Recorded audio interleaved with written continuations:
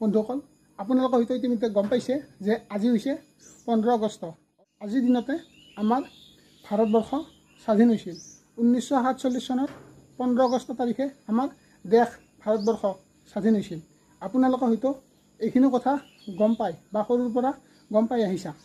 এতিয়া আজিৰ দিনত বেলেগ একো কৰিব নোৱাৰিলেও পুলিচৰ সপোন বা দেশভক্তিৰ সপোন দেখিছোঁ, বহুতো দেখিছে। তো এইখিনি যদি হয়তো পূৰণ নহ'ব পাৰে, হ'ব পাৰে নহ'ব পাৰে, এইটো মই ক'ব নাযাওঁ। এতিয়া আমি সকলোৱে ৰখিব লাগিব 10 অক্টোবৰলৈকে, অৰ্থাৎ 9 অক্টোবৰৰ দিনা ৰিজাল্ট আৰু 10 অক্টোবৰত এপইণ্টমেণ্ট। যদি ভাল হয় ভালেই, বেয়া হ'লে কি ক'ম আৰু, কিবা এটা কমি থকা বুলি ধৰি কিনে আকৌ নতুনকৈ ষ্টাৰ্ট কৰিব লাগিব।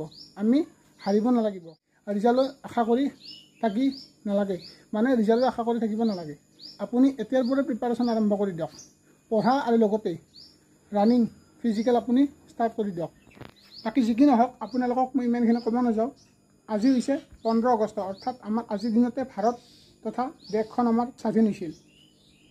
আজি বেলেগ একো কৰিব নোৱাৰিলেও মানে সৰুকৈ এটা ৰানিং কৰিলোঁ, প্ৰায় 21-22 কিলোমিটাৰ হ'ব। আপোনালোকে হয়তো মোৰ অৱস্থা দেখি গম পাইছে।